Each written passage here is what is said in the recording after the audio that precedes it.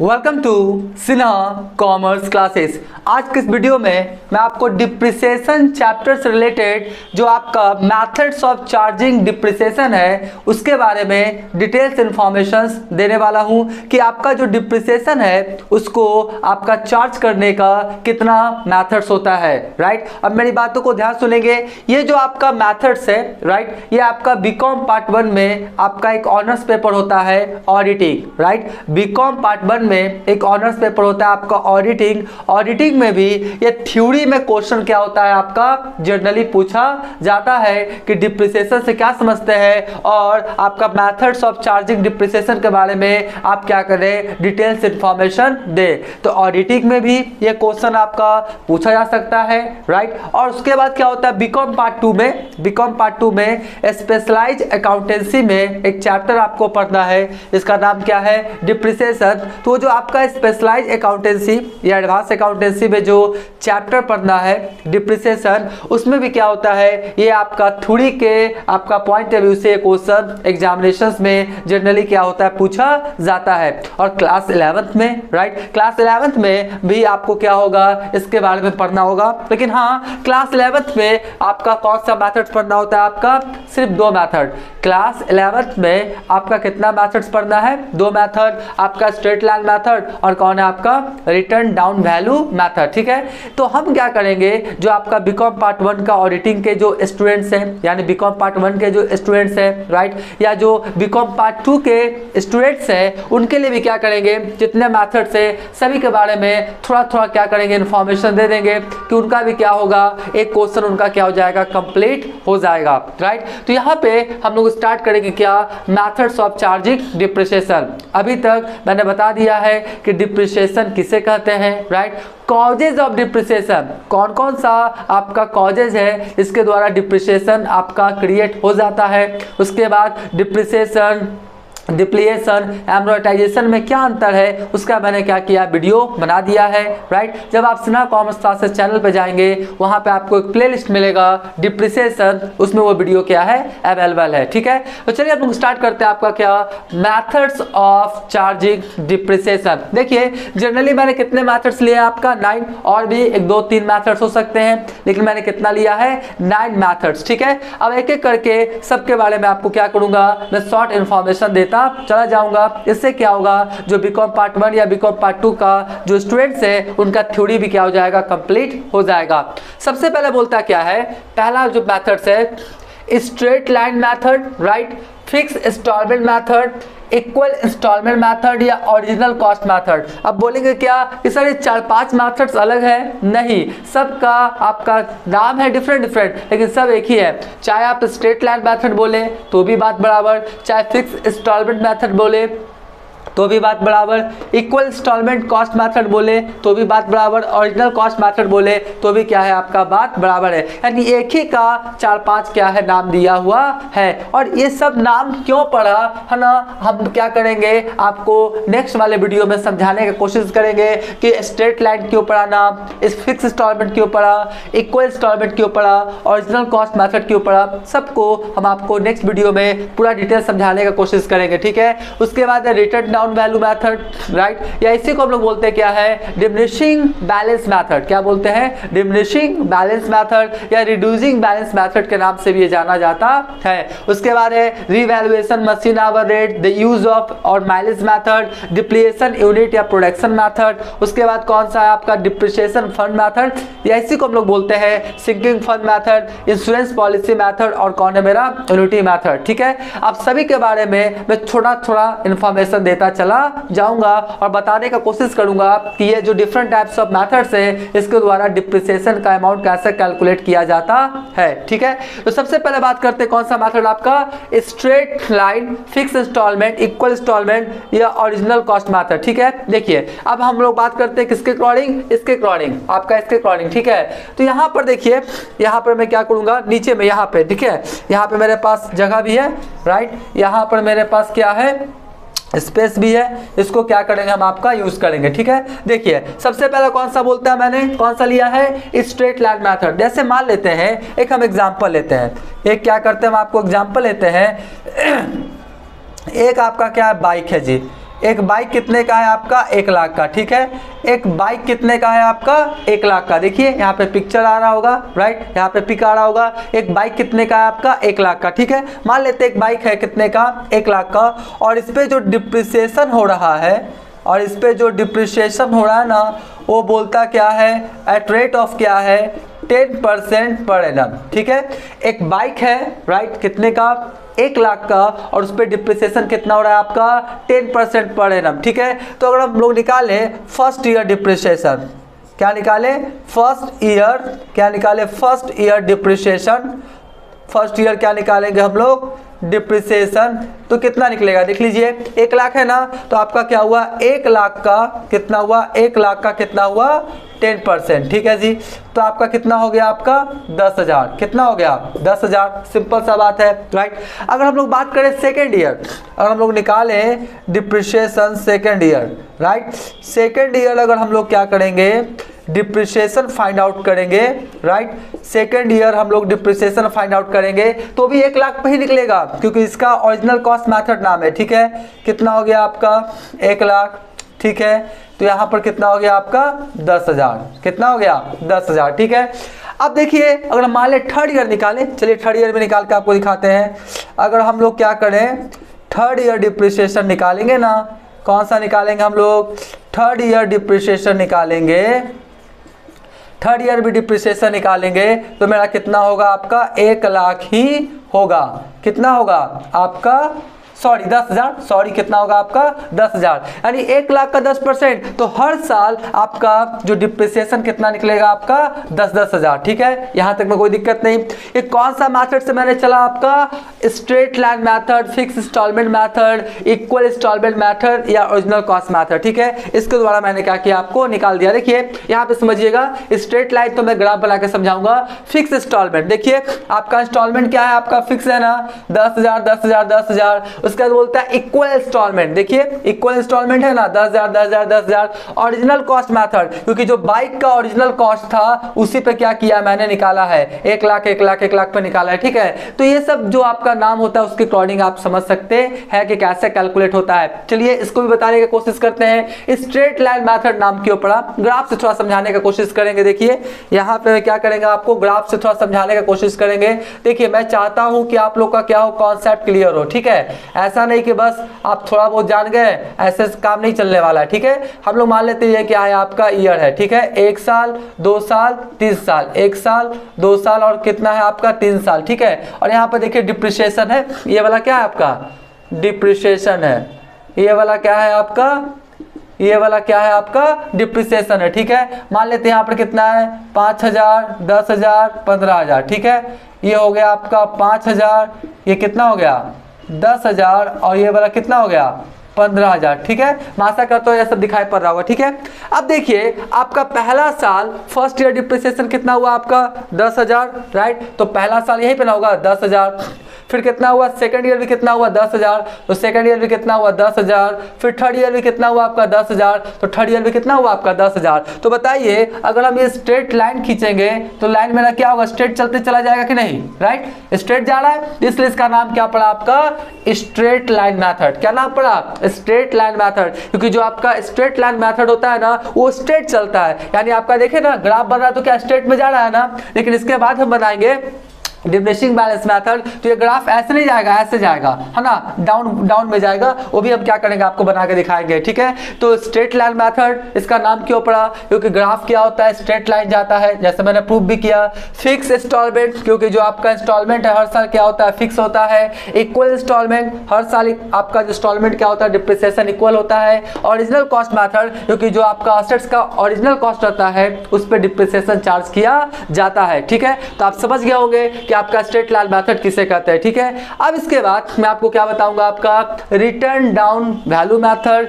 या diminishing balance method, reducing balance method, ये वाला, ठीक है। देखिए मैं यहां पे बताने की कोशिश करता हूं, ये तो आपका 1 था ना, यहाँ पे बताने का कोशिश करता हूँ। देखिए थोड़ा सा जगह का कमी है इसके लिए सॉरी। देखिए यहाँ पे कौन वाला बता रहा हूँ मैं रिटर्न वाला, ठीक है, सेकंड वाला, ठीक है। तो यहाँ पे भी सेम एग्जांपल ले लेते हैं हम लोग। क्या करते हैं आपका सेम एग्जांपल लेते हैं। एक बाइक था, राइट, बाइक कितने का था आपका 1 लाख का, बाइक कितने का था आपका 1 लाख का, ठीक है जी। और उस पर सेम डिप्रिसिएशन है, डिप्रिसिएशन क्या है, बिल्कुल सेम ही रख लेते हैं। डिप्रिसिएशन क्या है आपका, एट रेट ऑफ क्या है 10% पर एनम, ठीक है। अब हम लोग क्या निकालेंगे, इस पे डिप्रिसिएशन कैलकुलेट करेंगे। चलिए डिप्रिसिएशन कैलकुलेट करते हैं। फर्स्ट ईयर कौन सा निकालेंगे हम लोग, फर्स्ट ईयर डिप्रिसिएशन, ठीक है जी। क्या निकाल रहे हैं हम लोग, फर्स्ट ईयर डिप्रिसिएशन। तो फर्स्ट ईयर क्या हो जाएगा, देखिए 1 लाख है ना, तो 1 लाख का कितना परसेंट बोलता है, 10%। तो आपका कितना हो गया, देख लीजिए 10,000, ठीक है। कितना हो गया आपका 10,000। तो एक चीज याद रखिएगा कि चाहे आपका फिक्स इंस्टॉलमेंट मेथड रहे, राइट, या आपका डिमिनिशिंग बैलेंस मेथड रहे, पहला साल का जो डिप्रिसिएशन दोनों का क्या आता है आपका, जनरली सेम आता है, इक्वल आता है जी। देखिए आया ना। अब सेकंड ईयर से क्या हो जाएगा, चेंज हो जाएगा, ध्यान से। अब सेकंड ईयर जब डिप्रिसिएशन निकालेंगे रिटर्न डाउन वैल्यू मेथड के अंतर्गत, या आपका डिमिनिशिंग बैलेंस मेथड के अंतर्गत, या रिड्यूसिंग बैलेंस मेथड के अंतर्गत, तो पहला साल का जो डिप्रिसिएशन हुआ उसमें क्या करेंगे, जितना असेट्स है ना, तो असेट्स का जो वैल्यू है उसमें से डिप्रिसिएशन क्या करेंगे, लेस कर देंगे, ठीक है। तो मेरा क्या आएगा, रिटर्न डाउन वैल्यू क्या आएगा मेरा, रिटर्न डाउन वैल्यू, ठीक है। अब आप क्वेश्चन कर सकते हैं कि सर रिटर्न डाउन वैल्यू किसे कहते हैं, ध्यान सुनिए। बोलता है असेट्स में से डिप्रिसिएशन माइनस करने के बाद जो वैल्यू आता है उसे हम लोग क्या बोलते हैं, रिटर्न डाउन वैल्यू। एक बार फिर से, असेट्स में से डिप्रिसिएशन लेस करने के बाद जो वैल्यू आता है उसे हम लोग क्या बोलते हैं, रिटर्न डाउन वैल्यू। तो बताइए यहाँ पे आपका 1 लाख है, राइट, कितना आपका 1 लाख था ना, 1 लाख, और इसमें कितना डिप्रिसिएशन हो गया, 10,000।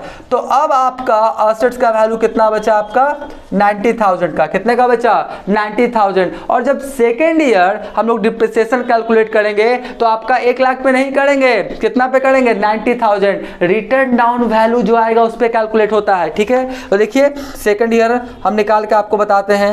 मैं आशा करता हूं ये सब दिखाई पड़ रहा होगा, राइट। आपका हो जाएगा सेकेंड ईयर, क्या हो जाएगा आपका, डिप्रिसिएशन। सेकेंड ईयर छोड़ दिए जी, सॉरी, इसको थोड़ा लिख देते हैं ना। देखिए थोड़ा टाइम लगता है, मैं सोचता हूँ कि आपको बढ़िया से क्या करूँ, सारी बातों को समझाऊँ, ठीक है। तो सेकेंड ईयर क्या हो गया आपका, डिप्रिसिएशन। तो सेकेंड ईयर डिप्रिसिएशन कितना हो जाएगा, 90,000, राइट, और उस पर कितना परसेंट, 10%, ठीक है। तो आपका कितना आएगा, देख लीजिए 9,000, कितना आएगा, 9,000। तो पहला साल तो 10,000, दूसरा साल कितना हो गया, 9,000। और इसमें क्या था, पहला साल भी 10, दूसरा साल भी 10, और तीसरा साल भी 10, दोनों में अंतर आ रहा है ना। फिर इसका निकालेंगे हम लोग रिटर्न डाउन वैल्यू, निकालेंगे ना, तो कितना 90,000 था ना, तो 90,000 में कितना लेस हो जाएगा आपका, 9,000, ठीक है। तो अब आपके पास असेट्स का वैल्यू कितना बचेगा, कितना बचेगा आपका, 81,000, कितना बचेगा, 81,000। अब थर्ड ईयर अगर हम डिप्रिसिएशन निकालेंगे, देखिए ये सब तो आपको शायद देखने में दिक्कत हो सकता है, मैं एक बार कैमरा में देख लेता हूँ, मोबाइल में देख लेता हूँ। नहीं जी, जगह नहीं है, ये लास्ट हो गया, ठीक है। तो मैं क्या करता हूँ, इसको कहाँ पे निकाल के दिखाऊँ, कहाँ पे निकाल के, चलिए मैं यहाँ पे आपको निकाल के दिखाता हूँ। कहाँ पे, जगह तो लग ही नहीं रहा, कहाँ, चलिए यहाँ पे देखिए। अब जगह नहीं है, थोड़ा कोशिश करते, देखिए हम यहाँ पर कोशिश करते हैं, ठीक है। हम यहाँ पे कोशिश करते हैं, थर्ड ईयर वाला वहाँ पे, ठीक है। तो आप देखिएगा थर्ड ईयर डिप्रिसिएशन जब निकालेंगे, क्या निकालेंगे आपका, निकालेंगे थर्ड ईयर क्या निकालेंगे हम लोग, डिप्रिसिएशन, राइट। तो थर्ड ईयर जब हम लोग डिप्रिसिएशन निकालेंगे, थर्ड ईयर जब डिप्रिसिएशन निकालेंगे तो कितना पे कैलकुलेट होगा, 81,000 पे, कितना पे, 81,000 पे क्या होगा, डिप्रिसिएशन कैलकुलेट होगा। तो यहाँ पे कितना बचेगा, 8100, कितना बचेगा, 8100। तो पहला साल जो डिप्रिसिएशन था वो कितना था आपका, कितना था, 10,000, राइट। सेकेंड ईयर कितना हो गया, 9,000, और थर्ड ईयर कितना हो गया आपका, 8100। तो देखिए ये आपका रिड्यूसिंग हो रहा है, मतलब जैसे जैसे आगे बढ़ते चला जा रहा है आपका डिप्रिसिएशन घटता चला जा रहा है, ठीक है। तो मैं आशा करता हूँ दोनों में आप समझ गए होंगे कि आपका फिक्स इंस्टॉलमेंट मेथड और डिमिनिशिंग बैलेंस मेथड में क्या अंतर होता है। डिमिनिशिंग बैलेंस मेथड में आपका डिप्रिसिएशन घटाने के बाद जो वैल्यू आता है उस पर डिप्रिसिएशन चार्ज किया जाता है, ये समझ गए। अब इसी को आपका देखिए नाम क्या पड़ा, रिटर्न डाउन वैल्यू, यानी आपका रिटर्न डाउन कर रहा है ना, 1 लाख में 10,000 घटाने के बाद 90,000 पे कैलकुलेट हो रहा है, ठीक है। तो रिटर्न डाउन हो गया। डिमिनिशिंग आपका क्या हुआ, घटते हुए क्रम में जा रहा है जी। उसके बाद रिड्यूसिंग बैलेंस मेथड भी क्या हो रहा है आपका, घटते हुए क्रम में जा रहा है। अब सवाल उठता है कि इसका return down value diminishing reducing balance method क्यों बोलते हैं। अब देखिए ये तो आपका स्ट्रेट लाइन गया था ना, अब इसके बाद वाला मैं यहाँ पे बना के दिखाता हूँ। देख लीजिए जगह है ना यहाँ पे, देख लीजिए कोई दिक्कत नहीं है। अब यहाँ पे अगर मैं आपको बना के दिखाऊं तो देखिए ग्राफ में क्या अंतर आएगा। अगर डिमिनिशिंग बैलेंस मेथड से बनाऊंगा तो देखिए आपका ग्राफ में क्या अंतर आएगा। मैं तुरंत अभी आपको बना के दिखाता हूँ। 1 2, इसको यहाँ पे कर देना, इसको यहाँ पे कर देते हैं कितना 3, ठीक है। 1 साल 2 साल 3 साल, ये हो गया 5 10 15, ये क्या है मेरा डिप्रिसिएशन, ठीक है। ये कितना हो गया आपका 5000, ये कितना हो गया आपका 10000 और ये कितना हो गया आपका 15,000, ठीक है जी। देखिए कौन वाला बना रहा हूं मैं, सेकंड वाला। कौन वाला, सेकंड वाला, ठीक है। तो देखिए इसका डिमिनिशिंग बैलेंस मेथड नाम क्यों पड़ा। पहला साल आपका कितना डिप्रिसिएशन है 10,000, तो चलिए ठीक है पहला साल कितना कर दें हम लोग 10,000, ठीक है। उसके बाद कितना बोलता है 9,000, तो 9,000 थोड़ा सा कम जाएगा ना, 9,000 थोड़ा सा क्या हो जाएगा आपका कम जाएगा जी, ठीक है। उसके बाद कितना है 8100, तो और कम जाएगा जी, और क्या होगा आपका कम जाएगा। तो यहाँ पर देखिए जो ग्राफ बना ना आपका, ये क्या बना ग्राफ आपका रिड्यूसिंग डिमिनिशिंग, बात समझ रहे हैं, लग रहा था फिसल रहा है जी। क्या हो रहा है आपका डिमिनिशिंग रिड्यूसिंग बैलेंस मेथड के द्वारा। तो ये ग्राफ कैसा था आपका स्ट्रेट जा रहा था, राइट, और ये कैसे जा रहा है आपका डाउन में, इसलिए इसका नाम क्या पड़ा आपका return down value diminishing balance या रिड्यूसिंग बैलेंस मेथड, ठीक है। तो आप समझ होंगे कि स्ट्रेट लाइन मेथड के द्वारा आपका कैसे डिप्रिसिएशन कैलकुलेट किया जाता है, और आपका कौन सा था दूसरा वाला रिटर्न डाउन वैल्यू मेथड के द्वारा डिप्रिसिएशन कैसे कैलकुलेट किया जाता है। और ध्यान सुनिए क्लास 11th में ही दोनों आपका क्या होगा मेथड्स को पढ़ना है। क्लास 11th में यही जो दोनों मेथड्स है इसके बारे में क्या करना है आपको पढ़ना है, ठीक है। अब जो मैं बताने जा रहा हूं ये सब जनरली आपको क्लास 11th में पढ़ना नहीं है, लेकिन आप लोग के लिए जानना जरूरी है, जान लीजिए अच्छा रहेगा। और बीकॉम पार्ट 1 आपका ऑडिटिंग जो आपका ऑनर्स पेपर है, और बीकॉम पार्ट 2 जो आपका स्पेशलाइज्ड अकाउंटेंसी एडवांस अकाउंटेंसी में एक चैप्टर है डिप्रिसिएशन, उसमें ये थ्योरी वाला क्वेश्चन जनरली आता है और एमकॉम वगैरह में भी पूछा जाता है, आपका एमबीए वगैरह बीबीए वगैरह में। तो ये जनरल टॉपिक है, पढ़ लेंगे ज्यादा अच्छा रहेगा जी, ठीक है।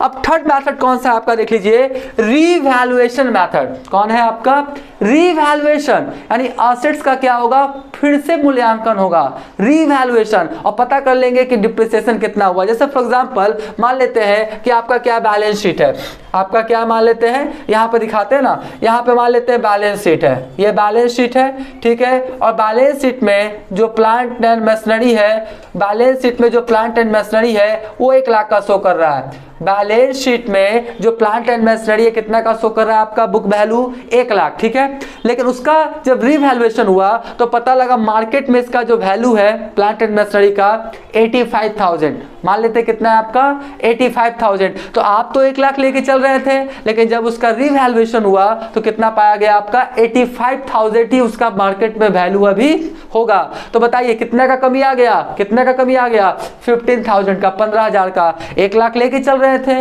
रीवैल्यूएशन हुआ 85,000 पाया गया, राइट। उस पर कितना का डिप्रिसिएशन हो चुका है आपका 15,000 का। तो कौन सा मेथड कहलाएगा आपका रीवैल्यूएशन मेथड। जब एसेट्स को फिर से रीवैल्यूएट करते हैं और उससे क्या होता है उसका वैल्यू कम जाता है, जितना से कम जाता है उसी को हम लोग बोलते हैं डिप्रिसिएशन। और कौन सा मेथड से, रीवैल्यूएशन मेथड से, ठीक है।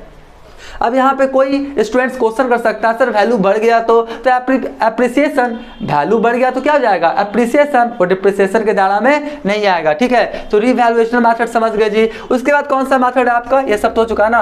उसके बाद कौन सा मेथड है मशीन आवर रेट मेथड। देखिए मशीन आवर रेट मेथड यानी जितना घंटा चलेगा उसके हिसाब से डिप्रिसिएशन कैलकुलेट किया जाएगा। बहुत सारा ऐसा क्या होता है मशीन होता है, राइट, जो आपका जितना घंटा वो उसको यूज करेंगे ना उसके हिसाब से क्या होता है उस पर डिप्रिसिएशन चार्ज किया जाता है। बात समझे। जैसे जेसीबी मशीन होता है नहीं, जेसीबी मशीन, तो जो जेसीबी मशीन है वो जितना घंटा चलेगा, या और बहुत सारे मशीन होते हैं, राइट, उसमें क्या होता है आपका जितना घंटा वो चलेगा ना उसके हिसाब से डिप्रिसिएशन कैलकुलेट किया जाता है। ऐसे फॉर एग्जांपल मान लेते हैं कि अगर 1 घंटा चलेगा, अगर मान लेते हैं 1 घंटा चला तो मान लेते हैं 10 रुपया डिप्रिसिएशन। 1 घंटा चला तो कितना हुआ आपका 10 रुपया डिप्रिसिएशन। तो जितना घंटा मशीन चलेगा उसके हिसाब से उस पर डिप्रिसिएशन कैलकुलेट कर दिया जाएगा।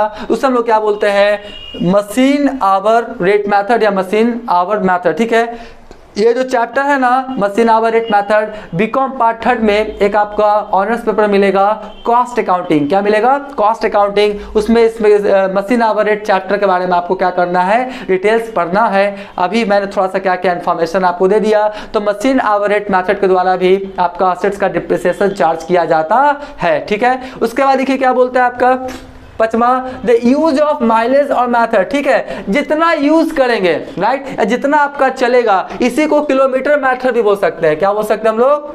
Kilometre method. बात समझे ना?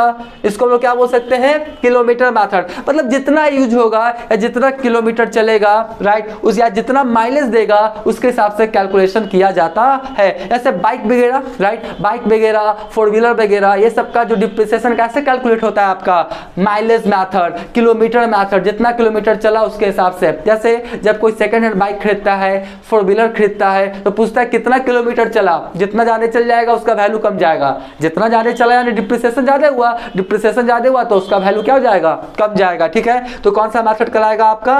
द यूज और क्या बोलता है, माइलेज या किलोमीटर मेथड। ठीक है, ये भी आप समझ गए होंगे। उसके बाद ये कौन सा मेथड है आपका? डिप्लीशन यूनिट और प्रोडक्शन यूनिट मेथड। ठीक है, लेक्चर नंबर 1 में इसके बारे में डिटेल्स बताया है, अभी मैं फिर से बता देता हूं। डिप्लीशन मतलब क्या होता है? रिक्तीकरण। क्या होता है आपका? रिक्तीकरण। रिक्ति मतलब क्या होता है? खाली करना। जितना खाली करते चले जाएंगे असेट्स का वैल्यू कमते चला जाएगा। जैसे आपका तेल का कुआं हो राइट, आपका मान लेते हैं कोयला का खदान हो, उजला बालू या लाल बालू का क्या हो आपके पास, क्या हो, उतना बड़ा खदान हो, तो जैसे उजला बालू लाल बालू निकालेगा, या आपका कोयला का कुआं से कोयला का खदान से कोयला निकालेगा, तेल का कुआं से तेल निकालेगा, तो उसका क्या होगा? वैल्यू कमता चला जाएगा। ठीक है, वो असेट्स का वैल्यू कमता चला जाएगा। तो कौन सा मेथड कहलाएगा आपका? डिप्लीशन यूनिट और प्रोडक्शन यूनिट मेथड। यानी जितना निकालेगा, रिक्त करेगा, खाली करते चला जाएगा, असेट्स का वैल्यू कमते चला जाएगा। तो मान लेते हैं, समझाने के लिए बोल रहा हूं, मान लेते हैं 1 टन कोयला निकाला। कितना कोयला निकाला मान लेते हैं कि आपका 1 टन कोयला निकाला, तो उसका कीमत मान लेते हैं 10 रुपया राइट। 1 टन कोयला निकालने का कीमत कितना है? 10 रुपया। तो जितना टन कोयला निकालते चला जाएगा, वो जो कोयला का खदान का वैल्यू वो कमता चला जाएगा। तो वो क्या कहलाएगा आपका? डिप्लीशन यूनिट और प्रोडक्शन यूनिट मेथड। ठीक है, ये भी आप समझ गए होंगे। अगला बात करते हैं कौन सा? 7वां, डिप्रिसिएशन फंड मेथड या सिंकिंग फंड मेथड। ध्यान सुनिए, बोलता है लॉन्ग टर्म लायबिलिटीज को पेमेंट करने के लिए राइट, या असेट्स को रिप्लेसमेंट करने के लिए जो फंड क्रिएट करते हैं उसे हम लोग कौन सा फंड बोलते हैं? सिंकिंग फंड मेथड या डिप्रिसिएशन फंड मेथड। एक बार फिर से सुनिए, लॉन्ग टर्म लायबिलिटीज को पेमेंट करने के लिए राइट, या असेट्स को रिप्लेसमेंट करने के लिए। तो असेट्स को रिप्लेसमेंट करने वाला कॉन्सेप्ट यहाँ पर क्या होगा? लागू होगा। तो जो फंड क्रिएट करते हैं उसे हम लोग कौन सा फंड बोलते हैं? Sinking fund method. जैसे मान लेते हैं कि आपका क्या एक असेट्स है, आपका क्या है? एक असेट्स है राइट।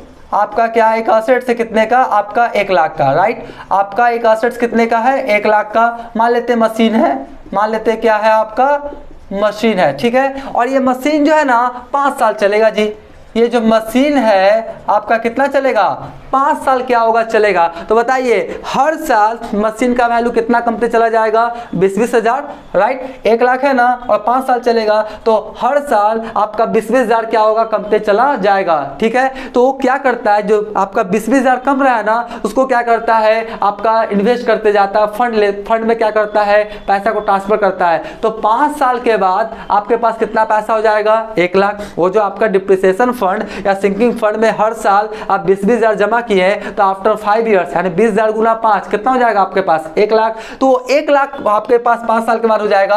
तो असेट्स को हटा के नया असेट्स क्या कर सकते हैं? ला सकते हैं आप, और आपके पास 1 लाख पैसा हो जाएगा ना।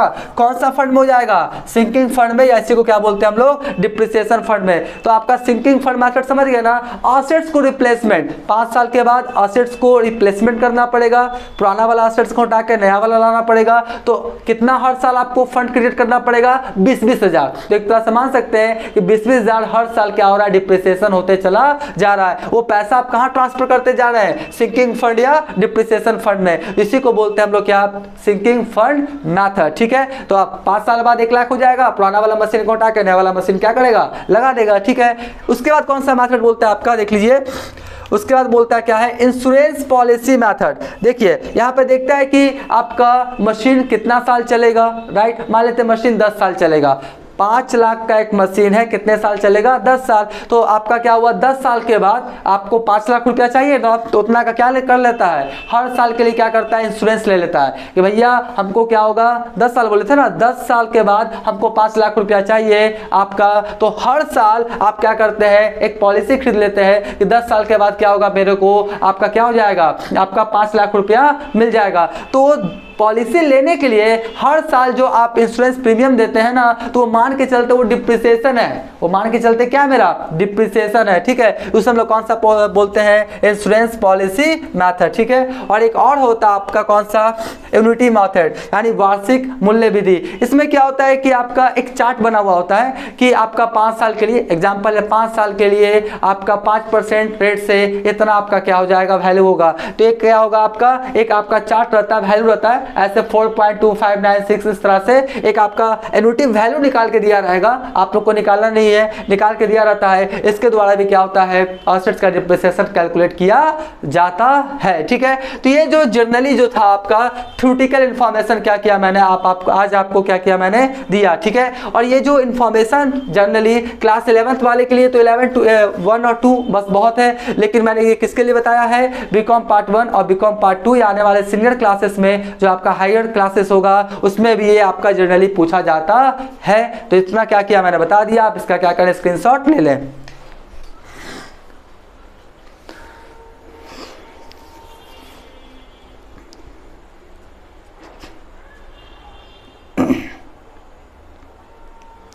राइट, हम आशा करते हैं उसका क्या क्या होगा, आपने स्क्रीनशॉट ले लिया होगा। अब नेक्स्ट वाले वीडियोस में आपका डिप्रिसिएशन से रिलेटेड जो भी आपका क्या है, जर्नल एंट्रीज है, डिप्रिसिएशन का जो प्रॉब्लम सॉल्यूशंस है, राइट, क्लास 11th अकाउंटेंसी का या आपका बीकॉम पार्ट 2 स्पेशलाइज अकाउंटेंसी में जो डिप्रिसिएशन चैप्टर पढ़ना उससे रिलेटेड सभी का आपका वीडियोज अपलोड किया जाएगा। देखिए मैं पूरा कॉन्सेप्ट से बताता हूँ तो वीडियो थोड़ा सा लंबा हो ही सकता है, अगर मैं बस 2 मेथड बताता तो 2 मिनट में 5 मिनट में बता के क्या होता मैं खत्म कर देता। लेकिन मेरा ये कॉन्सेप्ट है, मेरा ये सोच है कि आप लोग के लिए क्या करें, बेहतर कंटेंट प्रोवाइड करें, इसलिए ये वीडियो आपको अच्छा लगा होगा। आज का वीडियो हम लोग यहीं पेंट करते हैं। Thank you.